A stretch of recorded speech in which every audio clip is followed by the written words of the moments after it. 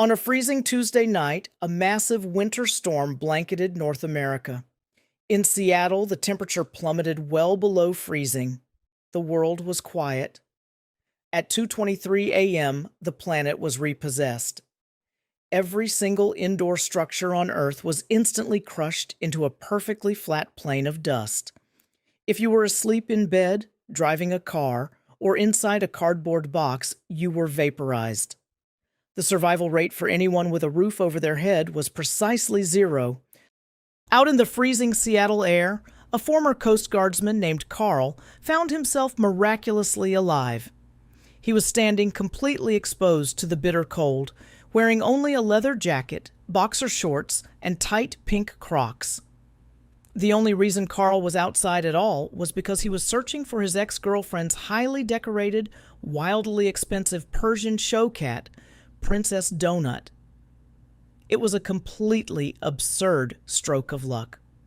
Out of 8 billion people, humanity's fate now rested on a shivering, pantless man and a violently uncooperative feline standing in a flattened, frozen wasteland. The explanation of this mass extinction arrived via telepathic message. An alien syndicate called the Borant Corporation legally seized the planet to strip mine elemental deposits simply because Earth failed to file an appeal within 50 solar years of first contact. The surviving humans were presented with a cold ultimatum by an alien AI.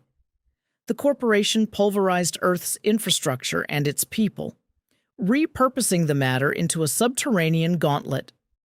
This Reclamation Act formed an 18-level world dungeon sprawling beneath the surface and shrinking down to the 18th floor.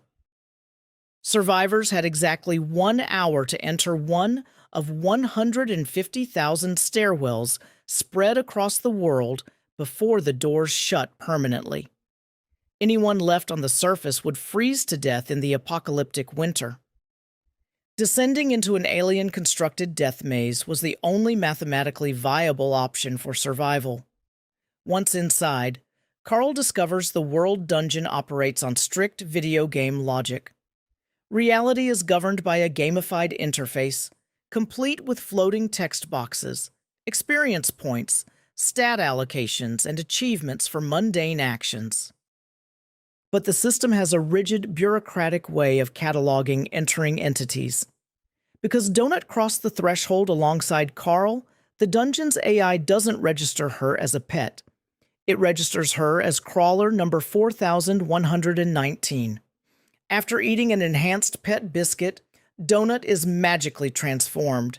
She is granted human-level intelligence and the ability to speak. She manifests a sultry, pompous female voice, retaining all of her memories as a pampered showcat, but now fully capable of articulating her demands. Her status escalates quickly.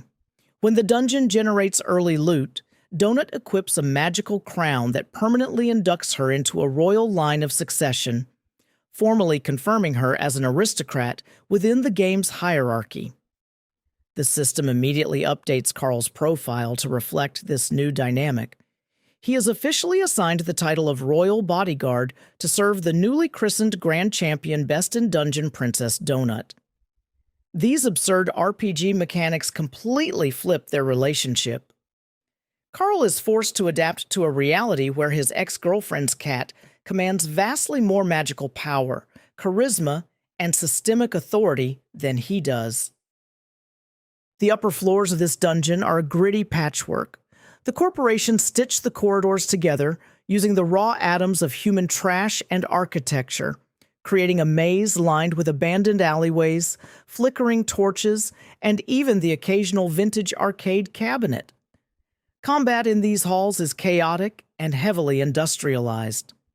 Instead of standard fantasy tropes, early encounters involve dodging heavily engineered steam-powered murder dozers, piloted by crews of goblin mechanics.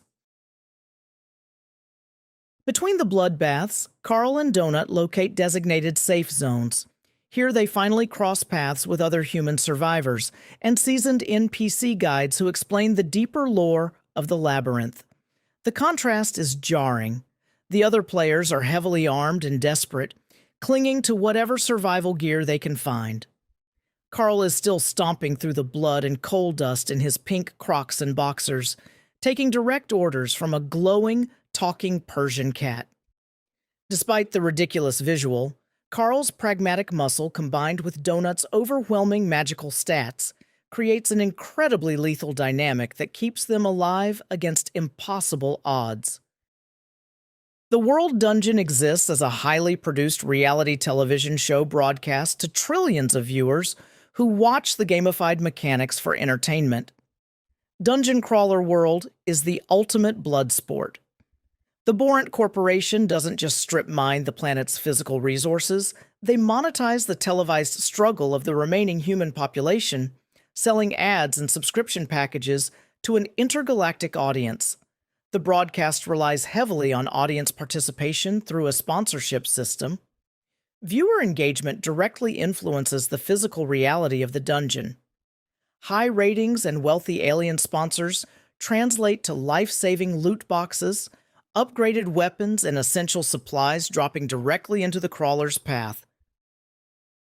Because of their high chaos writing style and weird aesthetic, Carl and Donut inadvertently become the breakout stars of the early episodes. They draw record-breaking viewership numbers almost immediately. This establishes the ultimate stakes of the crawl. Surviving the monsters is the bare minimum requirement. To secure the resources required to live, they must actively perform for an audience that wants to see them bleed. They are pulled directly from holographic combat zones and transported into pristine virtual production trailers to conduct live interviews. They are thrown onto holographic talk show sets hosted by bizarre alien personalities, like a giant bug named Odette, or a boar-like maestro who whips up a live studio audience comprised of rabid alien teenagers. Donut absolutely thrives in this environment. She leans into her feline beauty pageant background, effortlessly charming the hostile alien crowds, demanding royal treatment and playing the audiences for maximum sympathy and sponsorships. Carl adopts a specific persona to maintain the broadcast's momentum. He acts as the brooding, angry sidekick, sitting back and letting Donut's overwhelming charisma dominate the intergalactic interviews. Winning back the planet requires total mastery of two separate arenas: the physical subterranean hell forged from the ashes of Earth, and the cutthroat, ratings-driven world of intergalactic show business. The book ends with Carl and Donut descending to the third floor of the dungeon and receiving valuable information from Odette.